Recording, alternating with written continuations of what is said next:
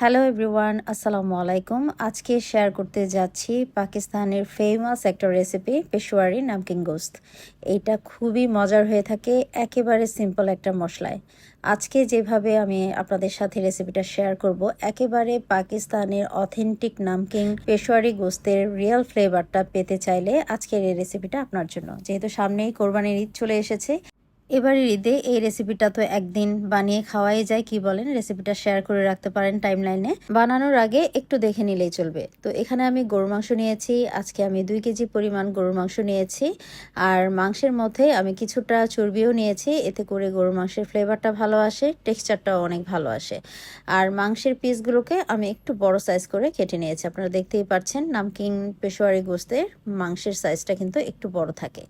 তো আমি চর্বিটাকে কিন্তু নিচের দিকে দিয়ে মাংসগুলোকে বিছিয়ে দিচ্ছি যে পাত্রে রাখবো। তো এখানে আমি আদা কুচি দিয়ে দিলাম বেশ খানিকটা, আর রসুনের কোয়া দিয়ে দিলাম। থাইল্যান্ডের রসুনগুলো অনেক বড় বড় হয়, তাই আমি কোয়া দেওয়ার চেষ্টা করেছি। 2টা মিডিয়াম সাইজের পেঁয়াজ দিয়ে দিয়েছি, 2টা মিডিয়াম সাইজের আলু মাঝখান থেকে একটু কেটে দিয়েছি, আর টমেটো দিয়ে দিয়েছি 3টার মতো। তো টমেটোগুলোকেও মাঝখান থেকে একটু কেটে দিয়েছি।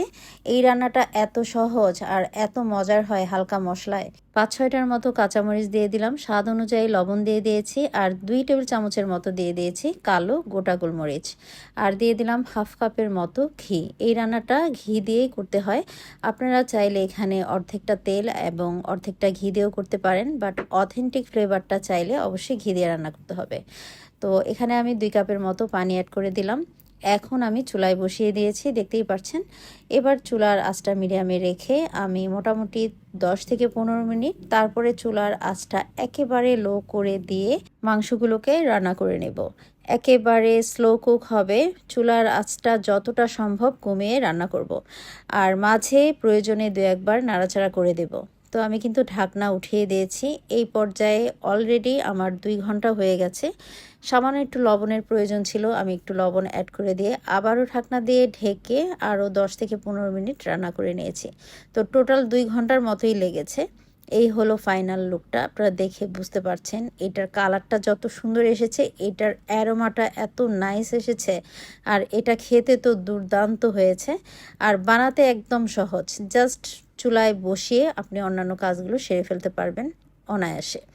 বিফ লাভার যারা আছেন তাদের জন্য একেবারে পারফেক্ট একটা রেসিপি। এত হালকা মশলায় এত মজার একটা রেসিপি হয়, এটা না বানালে একেবারে বুঝতে পারবেন না। আর দেখেন মাংসটা কত সুন্দর সফট হয়েছে। এটা দেখতে যেমন লোভনীয়, খেতে তো আরও মজা। পাকিস্তানে এটা পরোটা অথবা নানের সাথে পরিবেশন করা হয়, চাইলে কিন্তু সাদা পোলাও দিয়েও খুব ভালো লাগবে। তো রেসিপি ভালো লাগলে অবশ্যই টাইমলাইনে শেয়ার করে রাখার অনুরোধ রইল। পরবর্তী রেসিপিতে আবার দেখা হবে। সবাই ভালো থাকবেন। আল্লাহ হাফেজ।